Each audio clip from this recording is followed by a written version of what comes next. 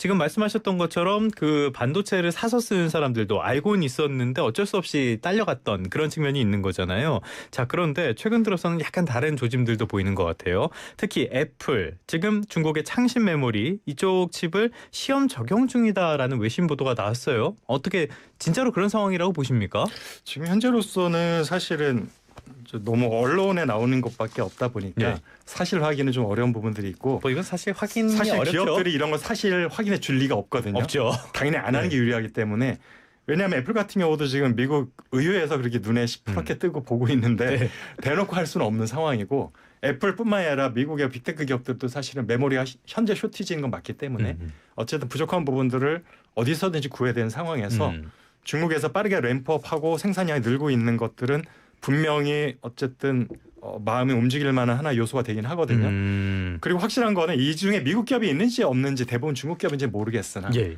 창신 메모리와 양재 메모리가 최근 1년 반 동안 시장 점유율이 가파르게 높아졌습니다. 네. 그 얘기는 기존의 삼성전자 하이닉스의 고객이었던 기업의 상당수가 옮겨갔다는 얘기인 거잖아요. 확실한 거는. 그렇죠. 네네. 그 중에 뭐 미국 기업이 있는지 없는지는 확인이 안 되고 있으나 고객의 이탈이 계속되고 있는 건 맞고 이제는 사실은 미국 기업들조차도 거기에 대열에 합류하기 위한 조짐이 보인다 정도로 저는 생각을 하고 있습니다.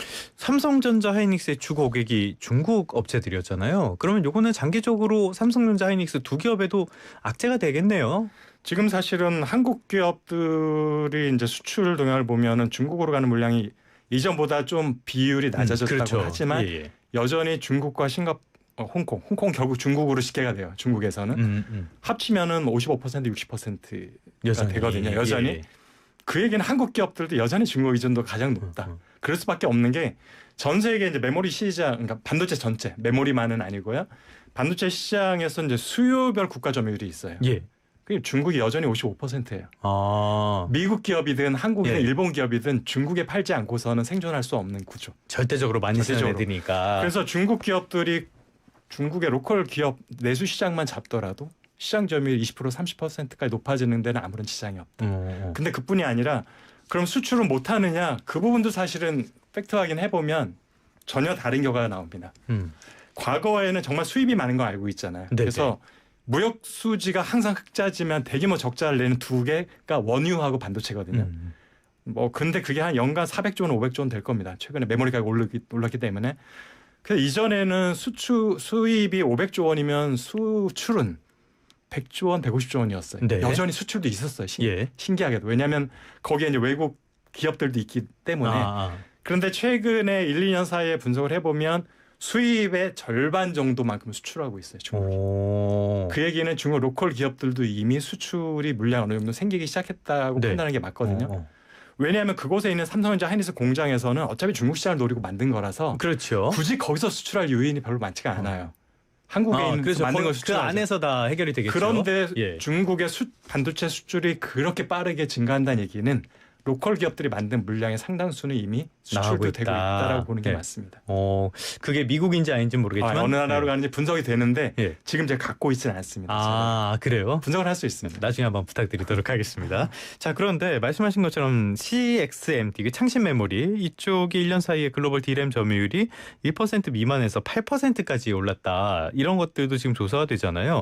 그렇다면 중국 메모리도 이제는 정말 이것도 쓸만하다. 이렇게 봐야 되는 거예요? 아니면 없으니까 이거라도 쓴다. 이렇게 봐야 되는 거예요? 두 개가 믹스돼 있지 않을까 생각이 되고요. 네, 예. 그러니까 예를 들어 기술력 차이, 퀄리티 차이를 보면 여전히 한국 기업들이 앞서 있죠. 그렇죠. 제가 볼 때 낸드는 이게 사실은 세대라고 말하기가 어려우냐 단수 몇 단이냐 말하다 보니까 낸드는 사실은 하이닉스 뭐 400단도 시제품 나온다는 얘기도 있긴 하지만 양산 모델은 320단, 330단 수준일 거고요. 근데 이제 중국에도 양쯔 메모리라고 낸드를 만드는 회사가 있는데 양쯔 메모리가 300단 넘어선 지가 이미 몇 년 되거든요. 그러니까 기술 격차가 생각보다 크지 않다. 네네. 그다음에 D램은 기술 격차를 보통 몇 세대냐, 그러니까 미세 공정을 얼마나 더 세밀하게 만드냐 가지고 얘기하는데 한국 기업들은 지금 1D라고 합니다. 1D 그게 약간 11나노, 12나노 정도 될 텐데 1D는 이미 양산을 하고 있고 그 다음 세대는 1E를 준비 중에 있는 수준이라면 중국 기업들은 1B는 양산을 하고 있고 1C를 준비하고 있는 두 세대 정도 차이가 난다고 보시면 되는데 근데 큰 의미가 없는 게 그러면은 1D 제품은 팔리고 1B 제품은 안 팔리느냐? 똑같은 DDR4, DDR5로 만드는 건데 그러면은 더 앞선 세대로 만들면 어떤 이점이 있느냐? 전력 소모가 조금 더 줄어들고. 아, 그렇죠. 그다음에 웨이퍼 한 장에서 칩이 조금 더 많이 나와요. 그러니까 퀄리티가 조금 더 좋아지고 제조 원가가 좀 더 낮아지는 거지. 똑같은 제품을 못 만드는 얘기가 아니거든요. 아, 그러면 약간 떨어지는 제품에는 충분히 쓸 수 있다. 충분히 수요가 있습니다. 그렇기 때문에 기술력의 격차랑 시장 점유율하고는 좀 다르게 봐야 되는 거죠. 아, 자, 그래서 최근에 애플이 창신 메모리 쪽에 모바일 D램 공급 협상을 벌였는데 창신 메모리 쪽에서 애플이 가격 깎아달라 그러니까 아이 됐다 이렇게 거절했다는 얘기가 나왔거든요. 그만큼 중국에 뭐 기반이 생겼다 이렇게 봐도 되는 거예요? 그 말에 대해서는 저는 사실은 진짜인지는 잘 모르겠습니다. 이것도 좀 네. 보긴 봐야죠. 예를 들어 예. 삼성전자보다 더 비싸게 가격 요구했다라는 외신들이 나오는데 당사자들이 이런 부분에 대해서는 함구하고 있기 때문에 확인이 안 되는 부분이고 아마도 중국에 더 비싸게 팔겠다고 하진 않았을 것 같다고 저는 생각은 됩니다.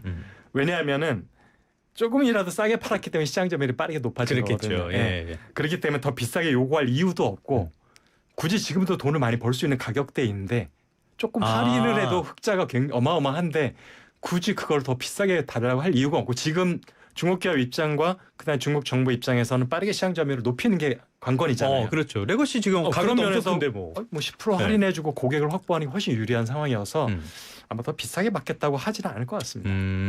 그러면 창신 메모리는 애플의 공급 요청을 뭐 거절했다고 봐야 돼요. 어떤 상황이었을 거라고 우리가 예상해 볼 그 수 부분은 있을까요? 사실은 너무 다 썰만 있는 상황이어서 일부 부분 이미 납품하고 있을 수도 있어요. 아, 이건 나중에 제품 뜯어보는 수밖에 없는 것 왜냐하면 같아요. 애플 공장이 중국과 대만에 다 있잖아요. 네네. 폭스콘이 대만 기업이지만 중국에 공장이 있거든요.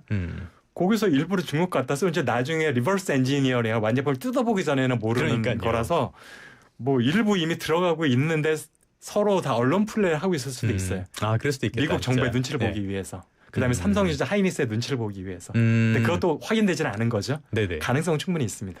저도 이 삼성 하이닉스 출입할 때 보면은 이런 보도 나왔을 때가 제일 곤혹스러워요. 맞아요. 확인은 안 되고 어디 물어볼 데도 없고 굉장히 그래서 난감한. 사실은 예. 이런 부분 예민한 부분들은 심증은 있으나 물증은 영원히 확인되지 않는 게 많거든요. 네네. 근데 지나고 보면 심증이 맞았다라는 경우가 많이 있죠. 지나고 보면은. 이제 지금 사실은 확인은 안 되는 게 맞고요. 그래서 저도 확인되지 않은 걸 이렇다라고 감히 얘기하기는 어렵지만 네. 심정적으로는 충분히 가능성이 가능성이 높다고 보고 있습니다. 자, 그렇다면요. 지금까지 박사님 말씀 쭉 종합해 보면은 공급이 부족한 건 맞지만은 공급 과잉으로 갈 수 있는 그런 어떤 조짐도 있다. 공급을 조금만 더 늘리면 과잉으로 간다는 거잖아요.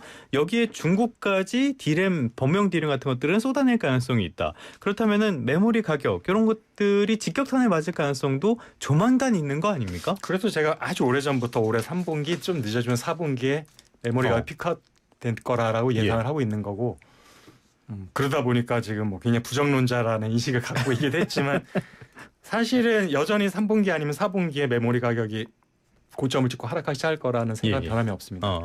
오히려 올해 들어서 그 데이터들을 봤을 때 그 확신이 좀 더 깊어졌고요. 원래는 제가 1년 전에 얘기했을 때는 빨라야 올해 12월 네. 늦어지면 내년 상반기라고 얘기를 했었는데 좀 당겨졌네요. 당겨진 오히려? 겁니다. 오히려. 예. 그래서 데이터들을 봤을 때 이미 공급 부족에서 공급 과잉으로 전환이 시작이 되었다라고 보는 게 맞습니다. 왜냐하면 올해 2월까지만 해도 한국 기업들이 생산과 출하를 조금 줄이면 10% 20% 정도 줄이면 가격이 폭등을 했습니다. 네. 3월부터는 더 많이 줄여도 가격이 안 오르고 있습니다. 아, 폭등? 근데 너무 올라서 더 안 오를 수 있는 이런 건 아닌가요? 그게 결국 피크인 거죠. 어디나 고점은 그거예요. 그렇네. 아무리 더해도 더 이상 오르지 못하다 네. 하락하는 거거든요. 그래서 그래서 지금 고정거래 가격이 3개월째 오르지 못한 상황이에요. 하락은 안 했어요. 네. 근데 현물 가격은 부분적으로 D램이 하락했다, 낸드가 하락했다, 또 유지했다, 상승했다. 뒤죽박죽인 상황이에요. 근데 2월까지는 하락이라는 건 아예 없었어요. 그렇죠. 근데 이미 현물 가격이 교대로 제품에 따라 하락이 눈에 띈다는 얘기는 이미 공급 부족이 해소가 되고 있다는 걸 보는 게 맞고요. 현물 가격이라는 건 소비자 가격이라고 쉽게 보통 이해할 수 있잖아요. 대만의 디램 익스체인지라고 현물 가격 약간 옥션 같은 거죠. 일종의 경매. 그래서 하루에 변동성이 굉장히 크기도 해서 그걸로 추세를 보진 않지만 그게 어떤 선행지표 역할을 분명히 해주고 있습니다. 그러니까 이게 장기적으로는 고정 가격에도 일부 영향을 미친다. 같이 따라가는 거예요. 같이 움직인다. 같이 움직일 수밖에 방향은 예. 똑같아요. 예. 단지 먼저 움직이는 거죠. 알겠습니다. 자, 그렇다면 지금처럼 공급 과잉이 되는데 여기에 중국 반도체 업체들도 한몫을 하고 있다라고도 볼 수 있을 것 같은데요. 자, 지금까지는 삼성전자 그리고 하이닉스 독보적인, 그러니까 HBM 쪽 그리고 레거시 반도체 쪽에서 독보적으로 다 영향을 미치고 있었는데 앞으로도 이런 경쟁력 계속 가져갈 수 있다고 보십니까? 이건 단기뿐만이 아니라 중장기적으로도 중요할 것 같은데요. 중국의 시장 점유율이 높아지는 거는 막을 수 있는 방법은 없죠. 막을 수 있는 골드타임이 지났어요. 막을 수는 있었습니까? 그러면? 있었죠. 지난 지난 4년 동안 감산을 안 했으면. 그때까지 갑자기 중국의 시장 점유율이 높아진 게 최근 1년 반이거든요. 예. 그동안 무슨 일이 벌어졌냐면 가격이 폭등했어요. 기회를 줘버렸다. 기회를 줘버린 거죠. 그 전까지는 엄청난 돈을 투자했는데 왜 시장 점유율이 높아지지 않았느냐? 적자였어요. 그러니까 만들수록 손해가 나니까 공격적으로 마케팅을 할 수도 없었고 생산량을 늘릴 수가 없었어요. 삼성이 그거 잘하잖아요. 좀 치고 올라올 것 같으면은 가격으로 하얗게 죽여버리는 거. 그래서 지난 거의 8, 9년 동안 그렇게 많은 돈을 쏟아 부었는데 시장 점유율이 높아지지 않다가 감산의 가격을 폭등시켜 버리면서 시장 점유율이 갑자기 높아진 게 이제는 팔수록 이득이니까 망설일 이유가 없어진 거죠. 중국 기업들이. 그리고 심지어는 내가 번 돈으로 이제 재투자까지 가능한 수준. 그 전까지는 그냥 정부 돈에 의존했던 거잖아요. 모든 투자들을. 그렇기 때문에 이제는 골든타임이 지나갔다고 생각이 되는 거고 이제부터는 중국 기업들이 선순환에 돌입을 했기 때문에 이제 한국 기업들은 시장 점유율을 뺏기는 추세는 계속 이어질 수밖에 없습니다. 알겠습니다. 말씀을 들어보니까 지금까지 돈 많이 벌었다고 좋아하긴 했었는데 꼭 좋아만 할 일은 아닌 거 아닌가. 단기간의 이득 수익과 장기간의 시장 중에서 하나를 선택해야 되는데 그 중에서 사실 시장을 포기한 거죠. 사실 나라를 위해서는 당연히 후자를 선택해야 되는데 경영진은 본인의 임기가 있다 보니까 단기가 좀 더 중요할 수는 있겠죠. 언제나 문제가 되는 게 단기 성과주의죠. 알겠습니다. 오늘 반도체 이야기 이주환 인더스트리 애널리스트와 함께했습니다. 박사님 오늘 말씀도 고맙습니다. 네, 감사합니다.